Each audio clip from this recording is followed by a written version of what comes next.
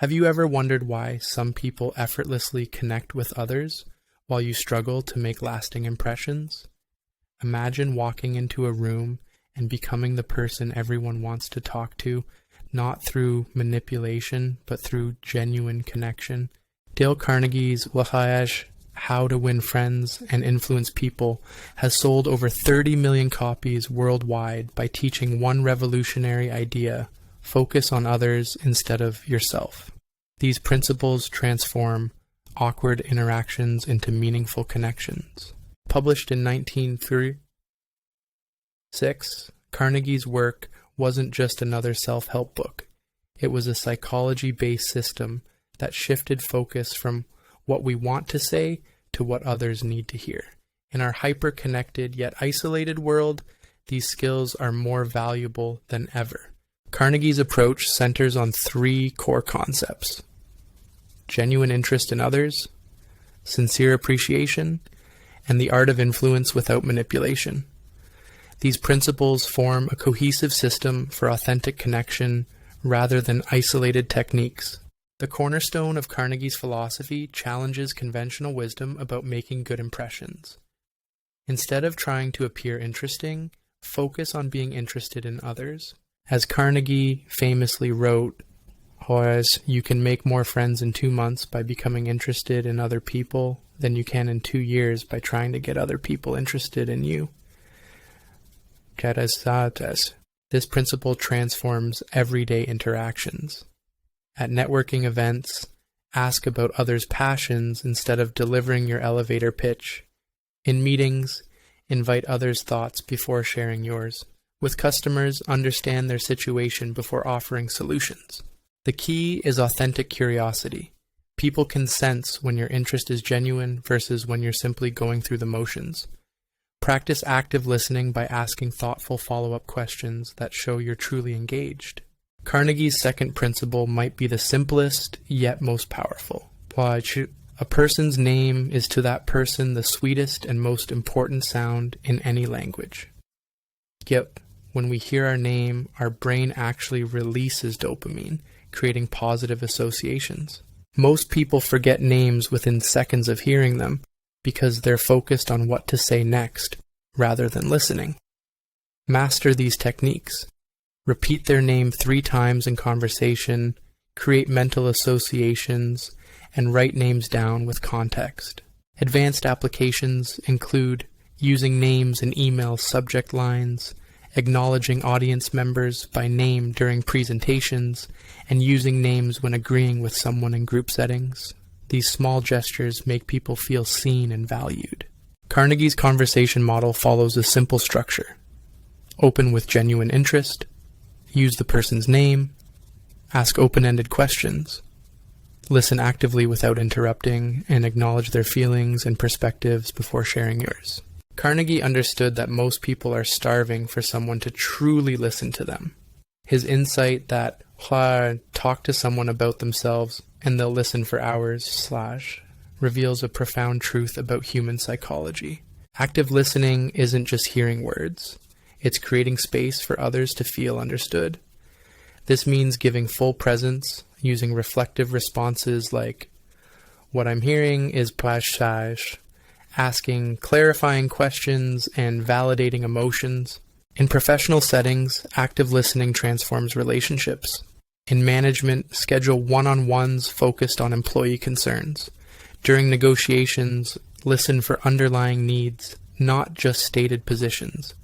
With customers, allow them to fully express frustration before offering solutions. Research shows that active listening can reduce workplace conflicts by up to 50% and significantly increase team satisfaction. The investment in listening pays dividends in trust, loyalty, and collaboration. Carnegie identified a universal human hunger, the desire to feel important and appreciated. This goes beyond simple compliments. It's about sincere recognition of others' contributions, efforts, and unique qualities. Did you know that Dale Carnegie's book has sold over 30 million copies worldwide since its publication? Its principles have been adopted by countless business leaders, politicians, and individuals across generations. The key word here is sincere. People have highly developed sensors for detecting fake flattery. Genuine appreciation requires specific acknowledgement instead of generic praise, public recognition when appropriate, and written notes highlighting particular actions. Instead of "Flag, good job on that report, can then and try," I was impressed by how thoroughly you researched the market trends.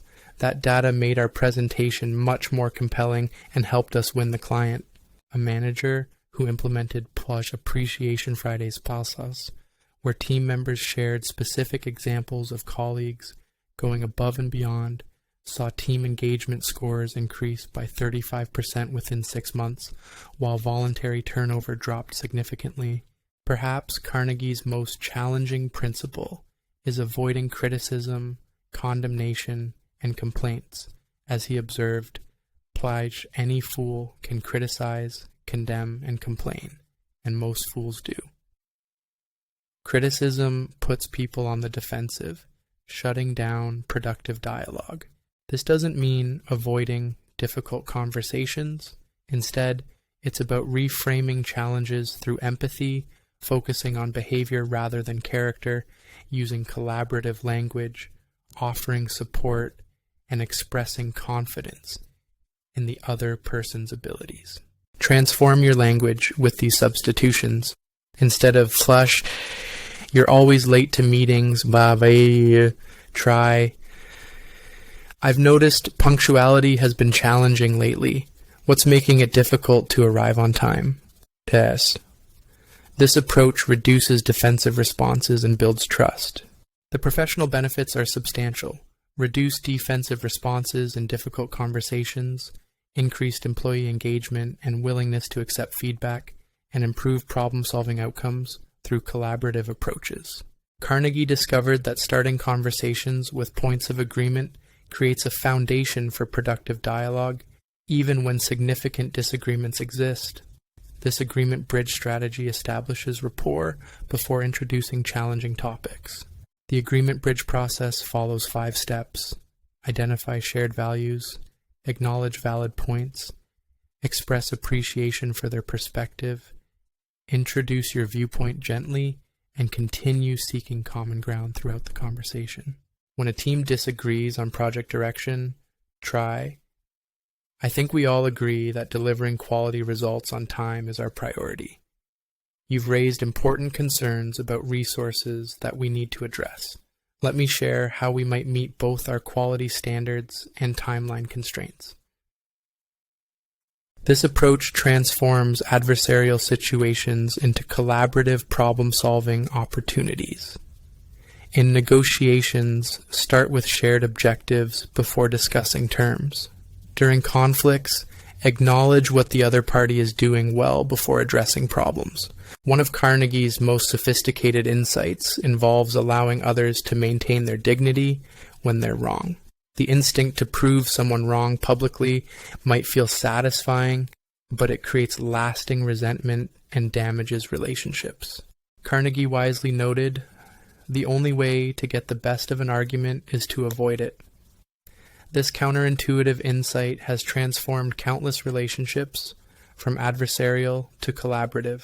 Face-saving strategies include addressing errors one-on-one rather than in group settings, focusing on external factors rather than personal blame, sharing responsibility, emphasizing future solutions, and offering graceful exits from incorrect positions. Instead of "Ply, your numbers are completely wrong, try."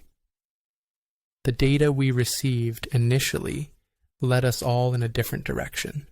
With this updated information, let's recalibrate our approach together.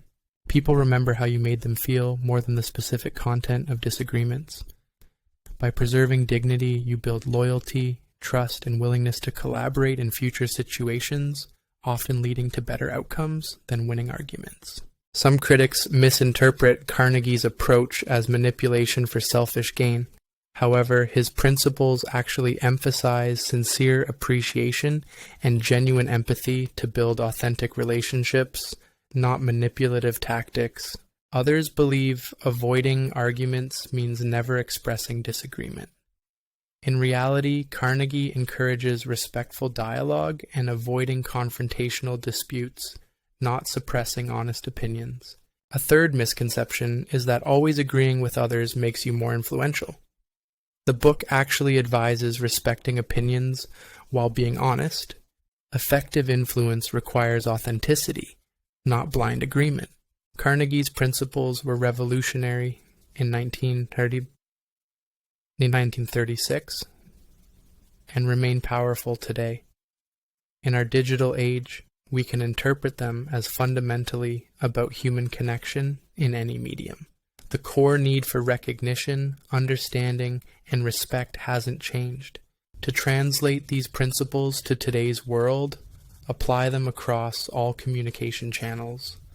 Remember names in Zoom meetings, show sincere interest in social media interactions, and practice active listening during video calls just as you would in person. Applying these principles requires practice in real-world situations. Start with low-stakes interactions like service encounters or casual conversations before moving to more challenging professional or personal relationships. Consider this role-play scenario. You need to give feedback to a colleague who missed a deadline. First, express appreciation for their contributions. Second, acknowledge the challenge they faced. Third, collaborate on solutions rather than criticizing. Try this script. Mark, I really value your thoroughness on projects. I noticed the report was delayed and I imagine you've been juggling multiple priorities. What support do you need to meet our timeline for the next phase? Implement a feedback loop to refine your communication skills. After important interactions, assess what went well, note reactions to your approach, identify improvement areas, adjust your technique, and practice consistently until new habits form. Dale Carnegie's principles aren't just historical curiosities, they're battle-tested strategies that remain remarkably relevant. The beauty lies in their simplicity and immediate applicability. You can start implementing these strategies in your very next conversation. Your 3-call script challenge. For your next 3 important conversations, prepare a brief script that incorporates at least 3 Carnegie principles. Note the person's name, prepare genuine interest questions, and plan appreciation points. Start with 1 principle per day. Monday, focus on using names. Tuesday, practice active listening. Wednesday, give specific appreciation. By the end of the week, you'll notice significant improvements in your interactions. Remember Carnegie's wisdom. The way to develop self-confidence is to do the thing you fear and get a record of successful experiences behind you. Start building your record of communication successes today. Make sure to like and subscribe for more communication insights. Get your own copy of How to Win Friends and Influence People through the link in the description to start applying these principles today.